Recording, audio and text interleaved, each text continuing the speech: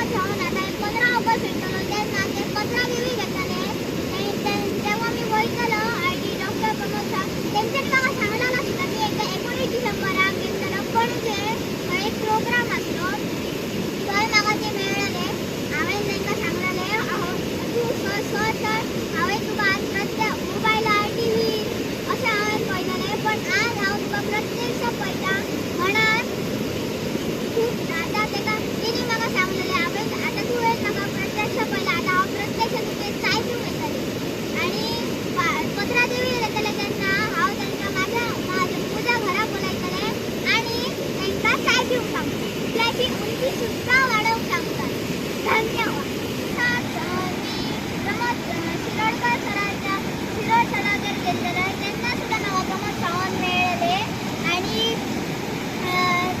तेन्ना एक म्हाका मेळ्ळें डॉक्टर प्रमोद सावंत तेव्हा मी तांकां याद करून दिल्लें फुलांची सर तुमी म्हाका वळखलें आनी हांवें तुका एकदां सांगलेलें फुलांची उंची वाडया म्हण हय बाय हय ते सरान सुद्दां सांगलेलें आमकां तुजी फुलांची उंची हांव वाडयतलो म्हणजे वाडयतलो आनी माझ्या घरा मी माझा ताई माझा दिदी व्हडलो दिदी माझी माँ बाबा आई जेन्ना शीक पडटा तेन्ना आमकां खूब भंय दिसता आतां आई कशी आमी डॉक्टरा कडेन व्हरपाची तें आमकां सुचता आनी आमकां जेन्ना शाळेंत आमी रावतू तेन्ना सुद्दां आमकां खूब म्हणजे खूब कंटाळो येता कारण आमची फ्रेंडां सुद्दां म्हाजी फ्रेंडां सुद्दां म्हाका याद करतात म्हाजी खबर घेतात गंधारी तूं कसो आसत आमचो सुद्दां एक ग्रूप आसलो तेन्ना सुद्दां तेंच्यांनी म्हाका विचारलेलें गंधारी बाय तूं कसो आसत मी सांगलें आसा बरा फक्त तुमची म्हाका याद खूब येता आनी म्हणूनच मी हो व्हिडिओ केला तशेंच आमचे रिपोर्टर काका ते सुद्दां आमकां फोन करतात आनी खबर घेतात बाय तूं कसो आसत असा बी खूब विचार करतात आनी तशेंच मोटर भाई एक भाई एक होता हळद पडलेलो पण तरी सुद्धा तो आमचेर इल्लो आम्ही जितकी त्याच्या पायांक थोडासा खतखत झाला तरी आम्ही त्याला हळद कशी लायली त्यांनी आमची खबर घेतली आणि परत केली. माझे नाव मेघना उमेश गाड मी कडशीमापा हांगासर रावता. दरवर्षी प्रमाणे आमच्या ह्या एक अशेंच पाणी भरता. म्हाका 2 भयणी आसात. एक भयण माझी 12वीक शिकता पेडण्यां तर दुसरी भयण माझी तोर्शा शिकता 5वीक. शाळेन आमकां वचूंक मेळना ना असंच पाणी भरल्यामुळे. तसेच माझे गेल्या वर्साचे 2 पेपर रावले. हांव आतां सेकंड इयरान आसा पण असोच सतत पावस पडल्यामुळे लेट पावस पडलो त्यामुळे माझे 2 पेपर रावले. ते आता पेपर हांव आतां ताचे 2 पेपर सोडयता जाल्यार म्हाका ते पयशे भरपाचे पडटले. आतां म्हाका ते आतां 3ऱ्या वर्सा म्हाका आतां पेपर ते दिवचे पडटले. थंयसर जो काळ आसता ह्या वर्सा मेरेन तो परत म्हाका ती स्टडी करपाची पडटली. थंयसर मागीर परत जर हांव फेल जालें तर हेची म्हाका भंय आसता.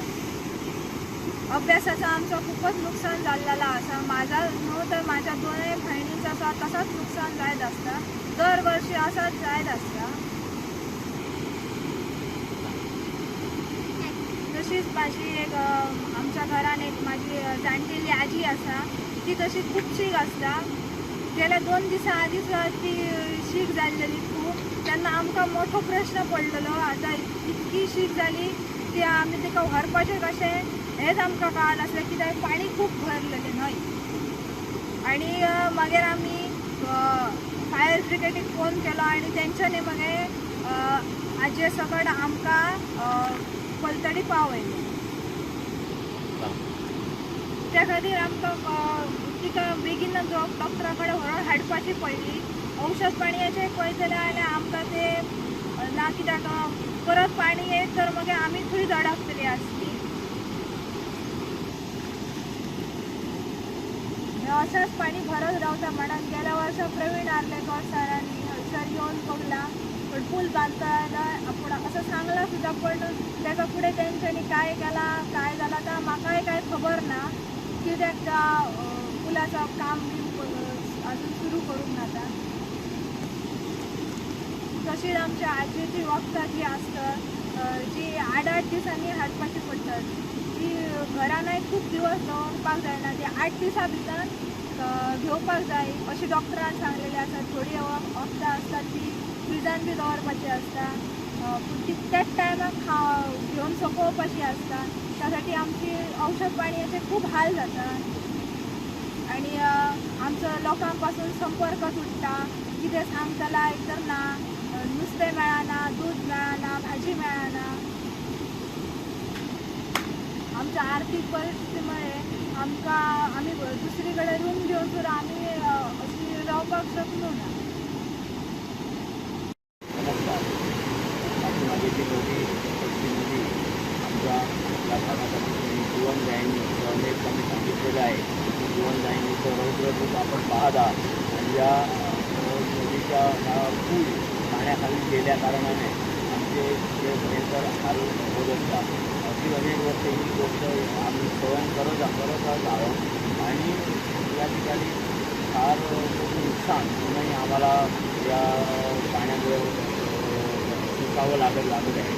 एकांती आमची घरं आहेत, इथे आमची 2 घरं आहेत, पाठीमागे पुढे आणखी 10-12 घरं कुटुंब त्या बाजूला आहेत आणि या सगळ्या लोकांचं फार मोठं हालत होतं. तिथून जर पलीकडे रस्ता दिसतो, हा मोठा गावाला जाणारा 1-1.5 किलोमीटरचा रस्ता आहे. हा रस्ता म्हणजे या पुलामुळे या रस्त्याचा वापर होत नाही आणि त्या वापर न झाल्या कारणाने पडशीच्या लोकांना जवळजवळ 12 किलोमीटर अंतर इथून मोपा आपल्या गावामध्ये जावं लागतं. तिथे गावातील उत्सव असतात, श्रावण महिन्यामध्ये अनेक उत्सव मंदिरामध्ये असतात किंवा पुढे सुद्धा जे कार्यक्रम असतात त्या उत्सवांना इथं जायला पाहिजे. रेशन हे आहे आपले ते गावामध्ये असतं. आपला गाव मुख्य गाव जो आहे तो मंदिरामध्ये लोकांना कारणास्तव जे जावं लागतं, कार्यक्रमासाठी जावं लागतं, ते लोकांना 1.5 किलोमीटरमध्ये जावं लागतं. 1.5 किलोमीटर अंतर आहे ते जवळजवळ 12 ते 13 किलोमीटर तांबोसेहून आतमध्ये जावं लागतं. एवढा परिस्थिती या ठिकाणी होते. या पाणी भरत असल्या कारणाने आम्हाला पलीकडे जाऊन राहता येत नाही, कारण आमची आर्थिक परिस्थिती तेवढी नाही. या पाण्यामुळे सगळ्यात मोठा मला नुकसान झालेलं आहे ते म्हणजे 2022मध्ये त्यांच्यामध्ये स्वतंत्र सैनिक असल्याकारणाने त्यांच्या योजनेतून मला नोकरीसाठी अपॉइंटमेंट लेटर आलं होतं. परंतु दुर्दैव एवढं की ज्यावेळी जॉईन होण्याच्या वेळी मला मडगाव या ठिकाणी माझं पोस्टिंग होतं मडगाव कलेक्टरमध्ये आणि नदीला पाणी भरून जायचं होतं. त्यावेळी वर्षी एवढं 22मध्ये पाणी भरलं होतं. 27 दिवस आम्ही पलीकडे अडकलो नदी सतत लोकांच्या संपर्काविना. मला पलीकडे जाताच आलं नाही. ठराविक मुदतीत मला तिथे कामाला नोकरीवर जॉईन होता आलं नाही. त्याच्यानंतर माझी आई तिचं वय आता नाही म्हणतात 47 वर्ष आहे. ही आजारी पडली या सगळ्या व्यवहारामुळे. तिला औषध पाणी व्यवस्थित देता आलं नाही, नदीला पाणी भरलं होतं, पलीकडे जाता येत नाही, त्यामुळे ती भरपूर आजारी पडली आणि जवळजवळ 3-4 महिने मला तिच्यासाठी घरातच राहावं लागलं. इथून जवळजवळ मडगाव 80 किलोमीटर दूर जाणं मला शक्य नव्हतं. त्यामुळे मला या परिस्थितीमुळे मला माझी हातात आलेली नोकरी मला गमवावी लागलेली होती.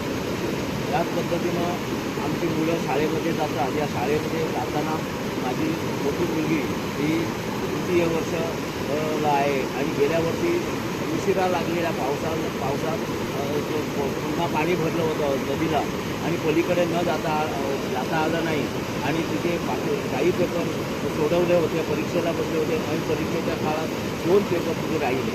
आता राहिलेले 2 पेपर नवीन अभ्यासक्रमामुळे तिला ते सोडवावेच लागतील आणि ते 3ऱ्या वर्षी आता सोडवावं लागणार आहे तिला. आता हा अभ्यासक्रम काही तिला कोणी शिकवणार नाही, तर तिने असं कामं करायला पाहिजे. 3 वर्षाचा अभ्यास हा तिच्या डोक्यावर फार मोठा परिणाम होणार आहे. तिला फार मेहनत घ्यावी लागणार आहे या अभ्यासक्रमासाठी पास होण्यासाठी आणि त्यातही भूदंड जास्त पडणार आहे. का दोन्ही पेपरांचे पैसे भरावे लागणार आहेत मला आणि अशा पद्धतीचं आमचं नुकसानही होतं. घरात औषधं संपली तर आणायला पाहिजे तर कशी आणावी हा मोठा प्रश्न आहे. सहकार करणारे भरपूर लोक आहेत, पलीकडून सगळं सामान पुरवणारे आहेत. नदीमध्ये पाण्यामधून उतरून सुद्धा काही आमचे शेजारी लोक आहेत ते पलीकडून आम्हाला काही सामान पोचवतात, परंतु ते येण्याचा मार्ग असला तरच साधारणपणे आता जे पाणी आहे एवढ्या पाण्यातून कुणीही येऊ शकत नाही. पाठीमागं जे दिसतं पाणी त्या कुणीही येऊ शकत नाही. जरासं पाणी कमी झालं तर मला जरी जाता आलं नाही, मुलांना जाता आलं नाही, तर इथून काही म्हणजे सगळे माणसं आहेत ते आम्हाला सामान घरामध्ये पोहोचू शकतात. परंतु डॉक्टरकडे जर प्रत्यक्ष आईला न्यावं लागलं तर मोठा प्रॉब्लेम होतो. गेल्या काही दिवसापूर्वी आमची आई खूप आजारी पडली. तिचं अचानक आजारपण वाढलं आणि आजारपण वाढल्यानंतर तिनं डॉक्टरकडे नेण्याची गरज होती. आम्ही सिग्नल सांगू डॉक्टरला फोन करून सांगत होतो, पण तो डॉक्टर म्हणाला तिला जी लक्षणं दिसत आहेत त्या लक्षणांवर तिला आणावीच लागेल. पण माझ्यावर ते मोठा प्रसंग पडला, आता काय करावं म्हणून. परंतु तेवढ्यात मला नंतर थोडंसं पाणी कमी व्हायला लागलं. तसं मी फायर ब्रिगेडला माझे दुसरे फायर ब्रिगेडचे अधिकारी जे प्रशांत झाडगळकर आहेत त्यांना मी फोन केला आणि झाडगळकर यांनी मला या ठिकाणी फायर ब्रिगेडची काही माणसं पाठवली आणि त्यांनी आईला व आम्हाला पलीकडे नेले व नंतर आम्ही डॉक्टरकडे घेऊन गेलो. तिला सरळ होतं तसं आम्हाला आणि सुचवलं की फार मोठी आमचं उपचार या ठिकाणं केलेलं आहे. आमचे पत्रकार मित्र दरवर्षी या ठिकाणी या विषयावर आवाज उठवीत आहेत. इथे प्रत्यक्ष येऊन त्यांनी दररोज येऊन इथे वार्तांकन केलेलं आहे. यावर्षी ते मात्र अजून आलेले नसले तरी सध्या विधानसभा अधिवेशन आहे आणि आमचे आमदार गेल्या वर्षी त्यांनी हा प्रश्न विधानसभेमध्ये मांडला होता. याही वर्षी त्यांनी हा आमच्या या समस्येचा प्रश्न विधानसभेमध्ये पुन्हा उपस्थित केलेला आहे. मला वाटतं या ठिकाणी माननीय मुख्यमंत्री सोमवंती सावंत हे निश्चितपणे यावर तोडगा काढतील आणि आमच्या दोन्ही मुलांची वृत्ती वाढवून देतील अशी मला अपेक्षा आहे. तुम्ही पळतात GNH.